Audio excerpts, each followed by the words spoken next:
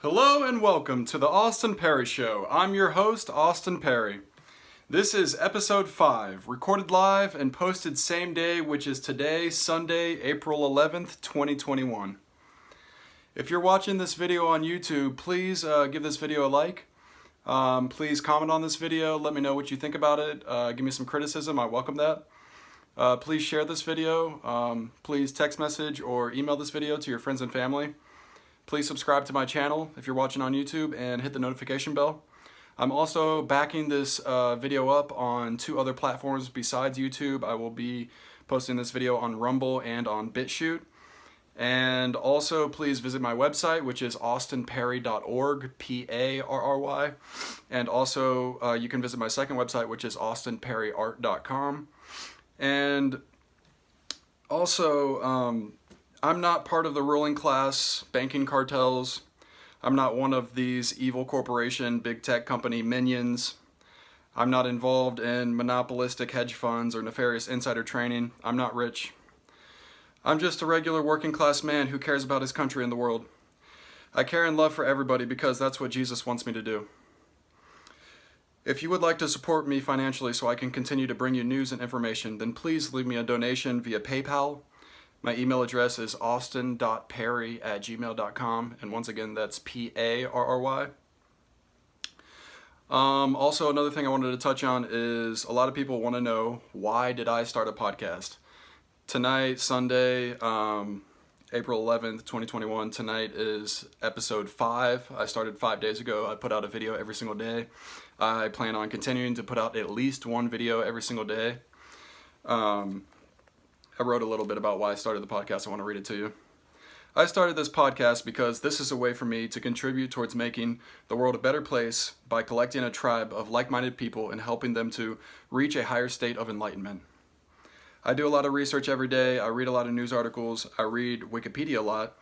I watch a lot of news. I watch a lot of educational videos. I used to not care about politics at all, but as I got older and wiser, and my thirst for knowledge and truth deepened, I started doing more research and looking into more things more. As I started realizing how much evil and corruption existed in the world, I became obsessed with gathering information and understanding geopolitics. Since my main hobby has become research and information gathering, it is only natural that I lean into my forte and start my own show.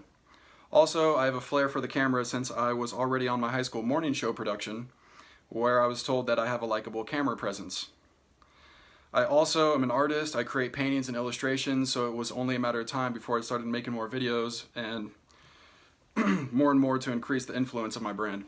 So basically, this is kind of what I'm good at, so I figure I might as well go for it. I'm pretty good at making, little video productions like this. I used to make a lot of videos when I was younger, when I was in high school. I'm a pretty creative person. Like I said, I'm an artist. I do paintings and illustrations, and I was already making videos, like doing time-lapse illustrations and time-lapse paintings, and then like doing videos talking about my paintings and stuff like that.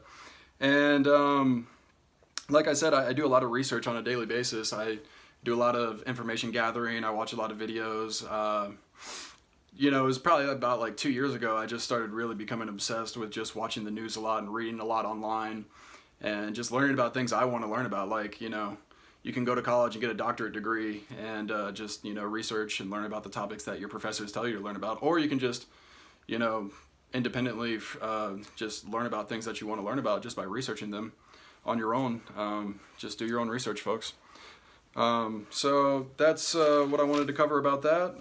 That's the end of the intro. And without further ado, let's get into the news.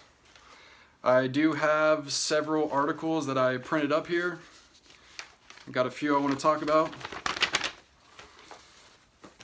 These are just articles that I printed up from the internet from various sources. I will quote the sources to you.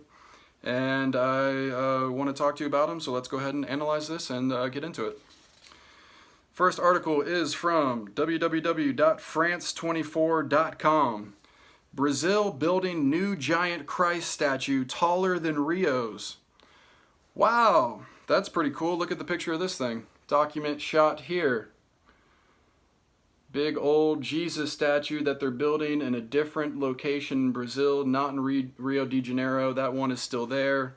This one is bigger than that one. Very interesting. Let's go ahead and read this article here. A new giant statue of Christ is being constructed in southern Brazil, which will rise higher than the iconic Christ the Redeemer statue that overlooks Rio de Janeiro. A head of outstretched arms were added this week to the statue, which has been under construction since 2019 in the city of Encantado, in the state of Rio Grande do Sul. Completion of the monument is scheduled for late this year, according to the Association of Friends of Christ, which is coordinating the work. It is a day for celebration, for devotion, said Gislan Conzati, the local counselor and son of Adriano Conzati, the politician who conceived the idea. The elder Conzati, who was the city's mayor, died in March for the complications of COVID-19. The statue, to be named Christ the Protector, will stand 43 meters, 140 feet, tall, including its pedestal, making it one of the world's tallest statues of Christ with outstretched arms. And after I read this article, I was curious, okay, well, where is the world's tallest statue of Christ? And it's actually in Poland. I looked it up. And I kind of want to go there to see it. Continuing in this article, it will measure 36 meters from hand to hand and will have an interior elevator and an observation deck near the top. That's pretty cool. It'll be similar to the Statue of Liberty, like that. Christ the Redeemer, in comparison, measures 38 meters high, pedestal included, and spans 28 meters hand to hand. It will mark its 90th birthday this October. Wow, I didn't realize it was that old. Encantado, a city of 22,000, lies 145 kilometers, 90 miles northwest of the state capital, Porto Alegre. The project is intended both to inspire faith and encourage tourism in the area, its promoters say. A father and son team of sculptors, Giannacio and Marcus Mora, are overseeing the work. The project's budget of $2 million, that's in Brazil money equivalent to $350,000 USD, is being entirely financed through donations, according to the volunteer-based Association of the Friends of Christ. The group is continuing to raise funds. Its website even features the raffle of a car. So that's very interesting. They're building Christ statues even larger than the very iconic statue in Rio and Brazil. Building really big Christ statues, pretty cool. Let's get a doc cam shot of that one more time. On to the next article. This is from www.naturalnews.com. Mass vaccination site in Colorado shut down after people experience adverse reaction from Johnson & Johnson vaccine. Well, that's a little bit frightening. Here's the document cam shot on this one. And a site in Colorado has been shut down because of adverse reactions. Let's read a bit here. A Wuhan coronavirus mass vaccination site in Colorado was shut down as multiple people experienced adverse reactions after receiving the Johnson & Johnson coronavirus vaccine. The incident occurred in Commerce City, a suburb of Denver, at a mass vaccination site set up by private health corporation Centura Health. So basically, it looks like 11 people experienced adverse reactions, which included vomiting, nausea, and dizziness. 2 of the people were rushed to the hospital. They were determined to have low blood pressure. So, Johnson & Johnson vaccine, giving people complications. I suggest to consult with your doctor. I'm not giving medical advice in any way. I'm simply reading articles that I find online. I'm trying to stay completely non-biased on this topic. For some people, maybe the vaccine has worked wonders for them. Some people might get adverse reaction from it. Here's an article right here, folks. There's a lot more, online. So, not trying to say the vaccine's bad, just covering some news. All right, on to the next article.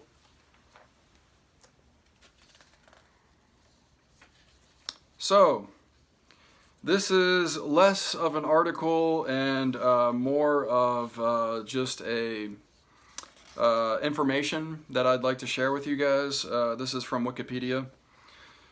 This is a list of the largest companies by revenue. Let's get a document cam shot on that. List of largest companies by revenue. If we go up here, you can see number 1, Walmart. Walmart with annual revenue in United States dollars in millions, 559,000. So 559,000 million, so that's $559 billion annually in revenue from Walmart. And just on the top companies on this list, and this is based on 2020 revenue, we have Amazon, number 3, with $386 billion in annual revenue. We have the Sinopec Group, which is China's state-run oil and gas company. That's pretty much a monopoly. All these are monopolies, by the way. Walmart, the world's biggest monopoly. And then some of these other big companies, we've got number 8, largest company in the world by annual revenue, Volkswagen. Number 9, BP. Number 10, Toyota. Number 11, Apple. Number 12, ExxonMobil.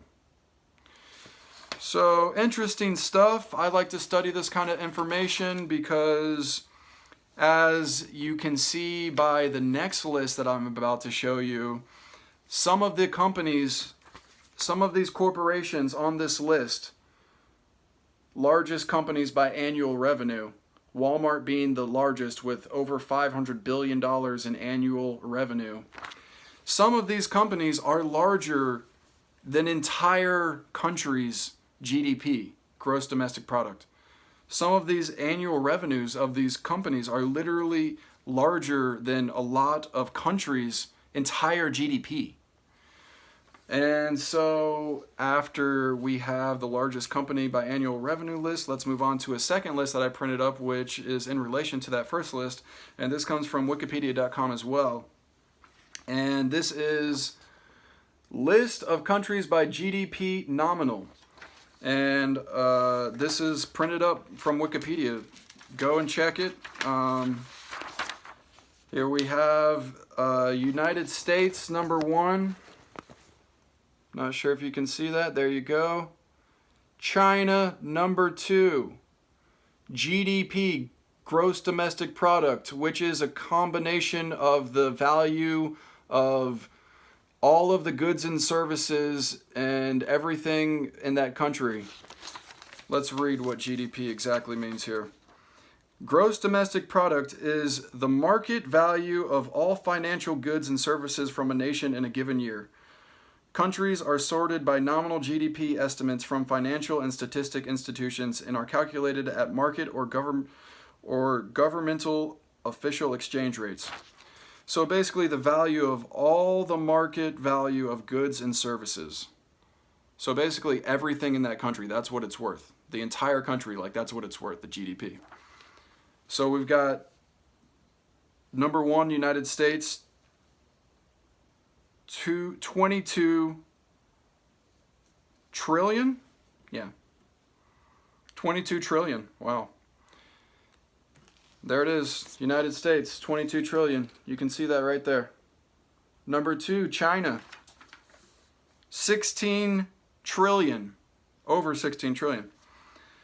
People like to talk about how Russia's our biggest threat. Russia, oh no, they're the big bad boogeyman. Russia is literally number 11th with 1.7 trillion. We've got number 1, United States. Number 2, China. Number 3, Japan. Number 4, Germany. Number 5, United Kingdom. Number 6, India. Number 7, France. Number 8, Italy. Number 9, Canada. Number 10, South Korea. Number 11, Russia. Number 12, Australia. Number 13, Brazil. Spain. And so it goes on and on. And a noteworthy thing about this list also, countries ranked by GDP. United States, 22 trillion. China, 16 trillion. Japan, number 3, 5 trillion. So that just shows you've got the two big dogs, the two superpowers, the two main competitors in the world arena, the world stage, is the United States and China. And then you got Japan is literally less than a third as large as China at number 3. So that just goes to show you our main competitor and our main enemy, and I mean not necessarily enemy, I think we can have good relations with China, but our main competitor is China. And the mainstream news tries to make it out as Russia is our main competitor, when that's not the case, just based on GDP, which I think is a very strong indicator for countries, how much power they have and how much influence they have in the world. And so that's very interesting. And another thing that I wanted to talk about with this is I showed you companies listed by annual revenue. And by the way, that's not what the company's valued at. That's how much money they're making, like profits, I believe, annual revenue. So what was it? Walmart was over 500 billion annual revenue.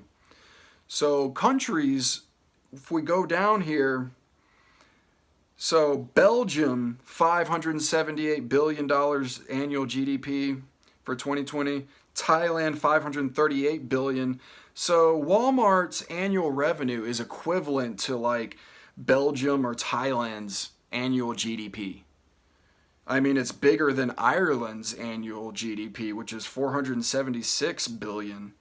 It's big. Walmart's bigger than Israel. Walmart's bigger than Ireland. Walmart's bigger than Nigeria. Walmart's bigger than Austria. I mean, shoot. I mean, Walmart's bigger than all these countries. Walmart's about as big as Sweden or Poland, guys, just based on these numbers.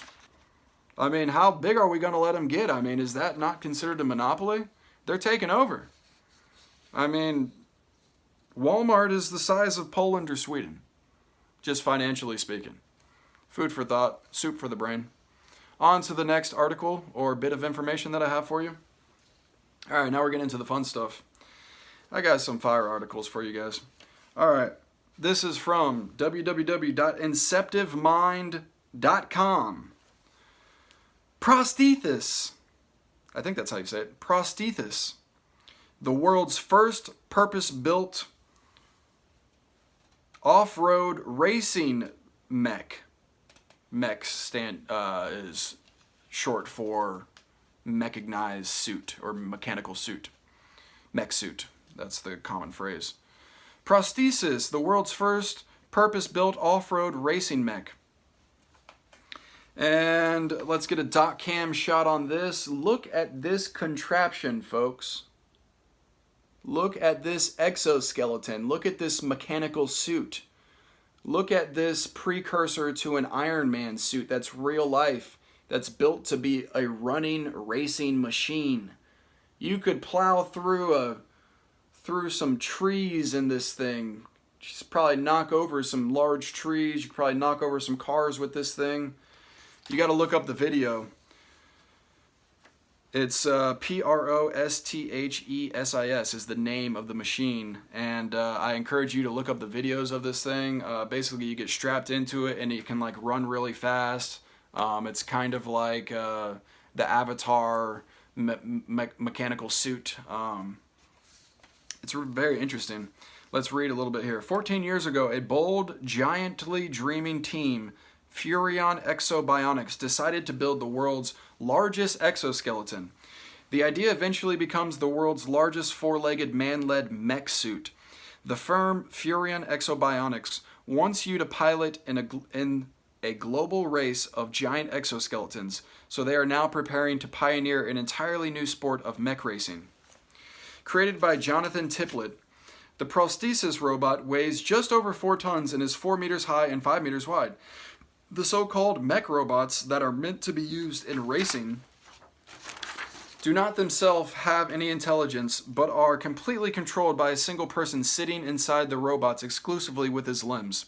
The pilot will have to move his arms and legs, and each of his movements will be transmitted, then amplified by 4 giant legs. Good physical health will therefore be absolutely essential to control the robot. So yeah, basically, it's electronically driven, but it doesn't have...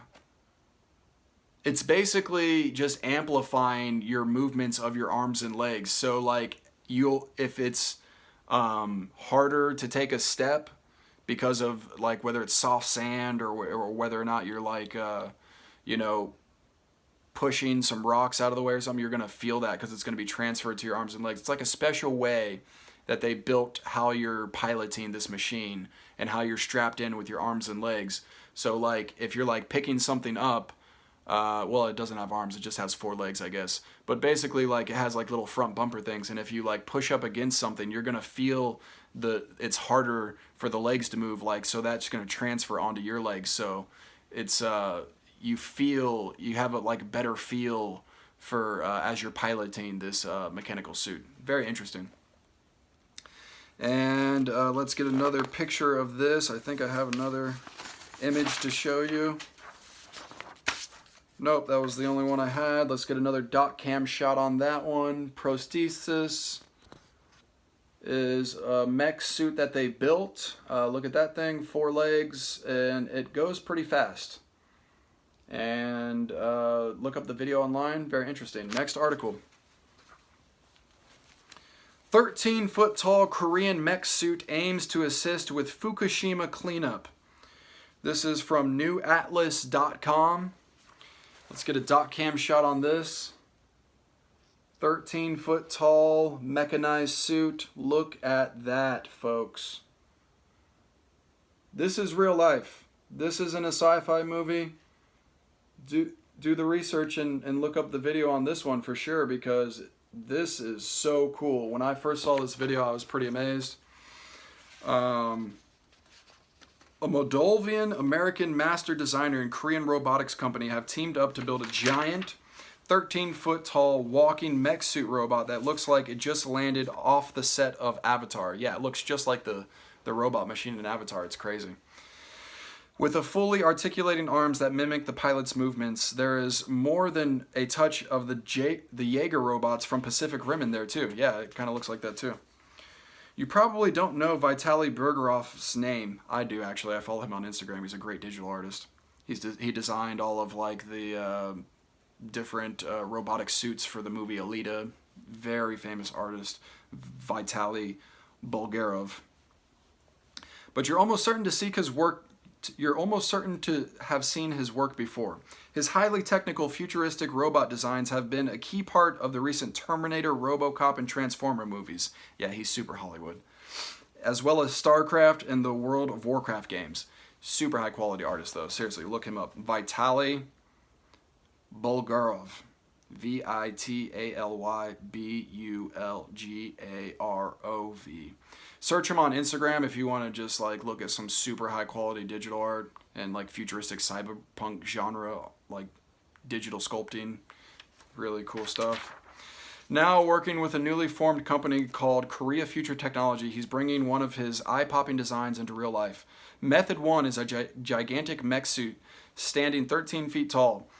And as well as looking like it's straight out of a video game, it's actually designed to be fully functional. The pilot sits in a glassed-in cockpit holding a pair of arm controls, and the robot's arms follow the movements of the pilot's arms as he waves them about the cockpit. It's also capable of walking, at least on flat surfaces, and forward and reverse. In terms of a power source, Method 1 is tethered without a power cable at the moment, as well as hooked into a moving girder on a roof to prevent it from falling over. And here's a really cool picture of it with its open cockpit with a man inside of it. You can see how he controls it with his arms. This is literally like a $12 million robot that some Korean companies built. Imagine what like militaries have in like underground military bases and stuff. They got stuff way more advanced than this. Look at those legs. Like one of those legs cost as much as like a Lamborghini. And look at the hands. Look at the hands on that thing. Wowzers. Look up the video on this one, Method 1. Just search on YouTube, Method 1, and then they came out with a second iteration, Method 2. You can search Method 1 or Method 2 on YouTube. Really cool video of this stuff, of this mech suit that you're going to want to look up. Bulgarov says the robot's short-term use cases include industrial indoor applications where tethers won't cause a problem. Another short-term application will see the torso and arms mounted on a wheeled platform with a built-in power source. And the one slated for cleanup and restoration work at the Fukushima disaster site in Japan. And we've got one more picture that I want to give you a dot cam shot on this. Here you go. Look at how it's got its clenched fists right here and here. Look at those fists. This thing was just like made for fighting. That's a real robot. Look up the video online, folks. Method 1 or Method 2 is the second iteration of it. I'm following this story closely. I'll be reporting on this for a long time because I want to see how this develops. This is the future of robot fighting. This is the future of warfare right here. They're like, oh, industrial applications. Oh, Fukushima disaster cleanup. They're developing this to fight each other, folks. Come on, look at this thing. What do you think? This versus an Abrams tank. Which one would win? I don't know. That'd be a good fight, huh? Not that I encourage developing weapons of war. I'm actually pro-peace. I think that war should be abolished, but wow, that thing's cool. All right, on to the next article. And this is the last article I have for the night. And I want to put a little disclaimer here on this article that I'll be talking about. This goes over into the realm of the conspiratorial, and this is less news and information and more entertainment, which I will be now talking about with this article here. I think this is just kind of for fun, and it's pretty interesting, and so let's go ahead and read this article and talk about it. Secret moon base uses abducted humans as slave labor. Like I said, just a little disclaimer, this could just be fiction. I mean, this, just could be a puff piece. This might just be entertainment, but entertaining nonetheless, so let's go ahead and read it. Secret moon base uses abducted humans as slave labor. I mean, it's not beyond the realm of possibility. I mean, the dark side of the moon, which never faces towards Earth, is always facing away from Earth just by coincidence. There could definitely be a secret base on the dark side of the moon. I mean, who knows? So, secret space program whistleblower Corey Goody revealed an astonishing fact about a secret base on the far side of the moon in his response to email questions published on May 20th. He described the moon base as belonging to one of 5 secret programs that he has earlier disclosed in email responses and public internet forums as the Dark Fleet, which exploits humans in various ways. Since his email response, a witness has emerged who claims to have traveled to the base in question and only partly recalls what happened inside. A second witness, identified in this article, has also traveled to a secret moon base, very likely the same Dark Fleet base, but fully recalls what happened. I begin with the relevant Q&A with Corey, published on May 20th. What can you tell us about other shared human moon bases used by the Dark Fleet? In a heavily guarded and secret base that is about the 10 o'clock position on the black side of the moon, the portion that was visible is a trapezoid shape. It is only accessible to the Dark Fleet and some ICC personnel, as well as the Draco allied forces. Some amateur astronomers have caught video of swarms of craft leaving from this base location on a couple of occasions. It is presumed to go far underneath the surface of the moon, just as the LOC does. A member of the public forum, The One Truth, alerted Corey to the claims of Carolyn Hamlet, who says she witnessed a moon base that she was taken to. She recalled the shape of the base as being trapezoid and recreated it. Here's what she wrote about the recreation. See above. The above picture is my recreation from my memory. I put the picture together to illustrate what I have seen with my physical eyes while aboard a lunar-bound craft with other humans. The trapezoid-shaped building was our destination. My first thought was this structure was of its unique and significant shape. That of a decapped pyramid.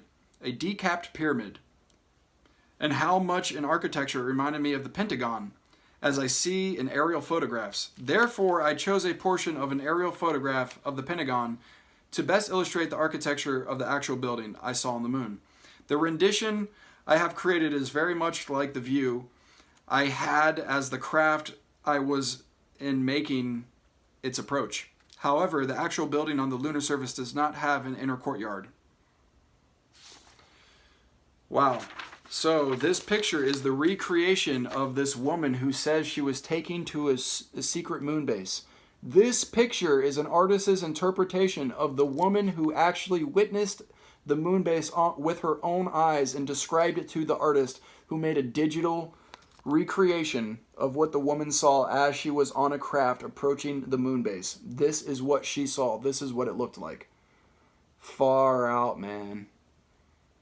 That's crazy. All right, let's continue.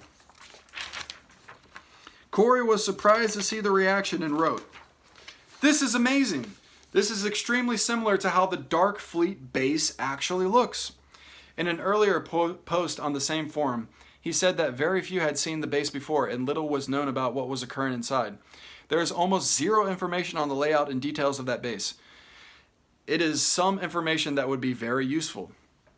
In an interview, Carolyn recalls being inside the spacecraft approaching the moon base she described in the above picture. She says that her memory then cut out in the craft, and she next recalled being inside the moon base and witnessed a council-type meeting with up to 30 global leaders from around the world led by a prominent female. She says the base had been built in collaboration with the gray extraterrestrials who could not be trusted, and were manipulating the humans at the base by misleading them into believing they were in control. Carolyn does not fully recall what happened during the rest of her time inside the moon base. Memory wiping, probably, I don't know. In his other email responses on May 20th, Corey disclosed that he saw personal craft leaving on a secret Mars base that he believed were being used as slave labor. Also, he disclosed that remnants of a top secret Nazi space program survived the Second World War and allied itself with an extraterrestrial race called the Draco Reptilians. Maybe? I don't know. It is well known that Nazi Germany used slave labor for its secret technology programs. It's more than likely that a secret Nazi space program continued after the war and infiltrated the U.S. national security system, as Corey claims. Various off-planet bases used by Dark Fleet and other secret space programs called the Interplanetary Corporation Conglomerate, ICC, would also use human slave labor. According to Corey, there is very little intelligence on what is happening inside the moon base used by the Dark Fleet. In addition to Carolyn Hamlet's testimony, there is a military abductee who claims to have been taken to a secret moon base where the gray ETs played a role and recalls traumatic experiences happening to her. Naira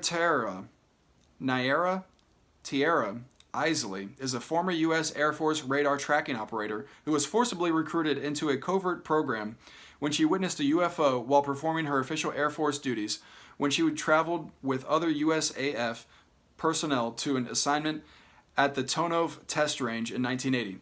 She and her colleagues were instructed to attempt to get a radar lock on the glowing UFO and were then taken into custody by a covert faction of the USAF. She was then exposed to a number of traumatic experiences in these military abductions, MILABs. Then she described at length in her book, Facing the Shadow, Embracing the Light, 2013. She reveals that she was taken between 8 and 10 times to the secret moon base that was guarded by reptilian beings and used human workers. In interviews, people always want to know what my moon experiences were like, and I can certainly understand such avid curiosity. I can only state that it was terrible on multiple levels. I was terrified for my life the whole time. I was very poorly fed and worked hard during the day, operating some kind of electronic equipment for excavation at times, and doing hard physical manual labor at others, such as lifting and stacking boxes. Worst of all, I was used for sex during what passed for night there, from man to man. I was allowed very little sleep, and I've since learned that this is another facet of mind control abuse. Yep. I shut down during all of this to the point that I didn't even feel alive anymore. Naira's description in this testimonial evidence that slave labor is used both on the moon and that MILABs are taken there for that purpose, either for short periods or for indefinite periods, as occurs on Mars. While she did not describe the shape of the moon base she was taken to, her experiences with reptilian guards and physical abuse among other human workers suggest it is the Dark Fleet base that Corey has described. Furthermore, she described gray extraterrestrials piloting the shuttlecraft taking her to the moon, which is consistent with what Carolyn Hamlet said about the Greys being involved in the base's operations. Corey's revelation of an exploitive Dark Fleet base on the far side of the moon is now supported to varying degrees by two independent witnesses. Carolyn's recollection of the base is that global leaders are taken there and manipulated by gray extraterrestrials. Naira's recollection is that the Greys and reptilians are involved with at least one moon base and allow human workers to be mistreated. Naira's testimony and the experiences of Carolyn Hamlet, when combining with Corey's revelations about secret space programs, leads to a disturbing conclusion. There is at least one secret moon base on the far side of the moon that manipulates human leaders taken there and uses abducted humans as slave labor. So, that is very interesting. Like I said, this could be conspiracy theory, folks. I'm just covering it as entertainment. I don't claim this to be fact at all. I don't claim this to be my opinion. I don't claim this to be the truth. I'm just saying this is a very interesting article that maybe it's true, maybe it's not. And once again, this is from exopolitics.org. Secret moon base uses abducted humans as slave labor. That's kind of a tongue twister.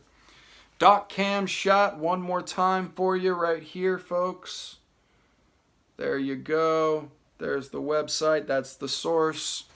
And I want to show you the close-up of this picture one more time. That's the artist's interpretation of what the secret moon base looks like based on an eyewitness's account. This was recreated as a digital painting. This is an artist's rendition of what the secret moon base on the far side of the moon may look like based on an eyewitness's account of the said moon base. It looks like the frickin' Pentagon, folks. Wowzers.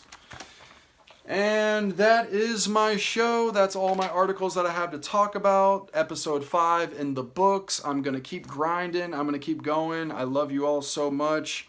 I just want to say that if you're watching this video on YouTube, please give this video a like. Please comment on this video. Let me know about what you thought about the articles that I just talked about. Give me some criticism. I welcome that. Please share this video. Please email or text message this video to your friends and family. Please subscribe to my channel if you're watching on YouTube. Please hit the notification bell. Like I said earlier, I am backing up this video on 2 other platforms, Rumble and BitChute.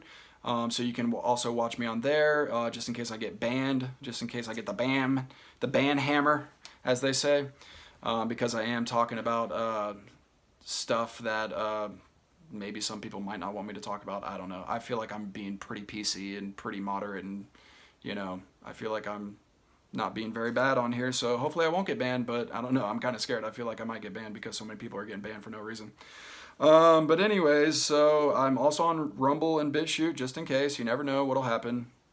My websites, if you want to visit those, give them a check.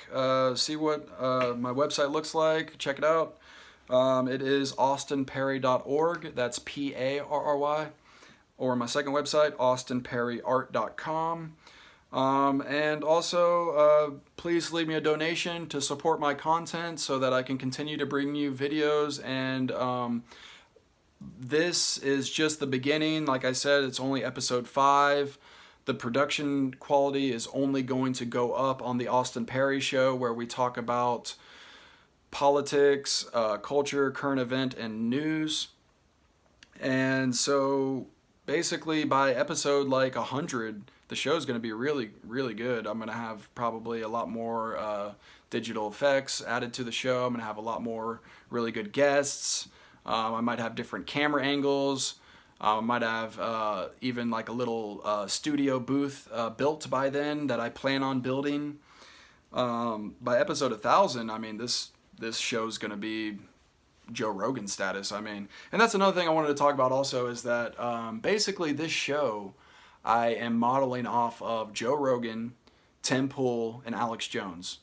And so I'm kind of doing a production as an homage to them, just because I love those guys. I think their show is just amazing. I think it's the future. They're visionary futurists. Like that's what the future is gonna be like. That's what people want to watch. That's how people like to gather their information. They like the realness. They like shows that are genuine. They like people that are being honest to them. They like people that are bringing them thought-provoking information. So basically my show is kind of like based off of the Joe Rogan, Tim Pool, and Alex Jones program. That's kind of like how I'm doing it. So leave me a donation via PayPal. My email address is austin.perry@gmail.com. And that concludes episode 5. Once again, this is Sunday, April 11th, 2021. I will be coming at you with another episode tomorrow. I will be bringing you some really cool information tomorrow. We'll be reading some really cool articles tomorrow. Don't miss it. And I will be probably posted around mid to late day. It seems that most of my videos are getting posted in the evening, so this might be a night show. It's kind of what it's turning into. That's just kind of how my schedule is, I guess. But thank you for joining me again, and have a great night. Love and peace. I will see you later. Goodbye.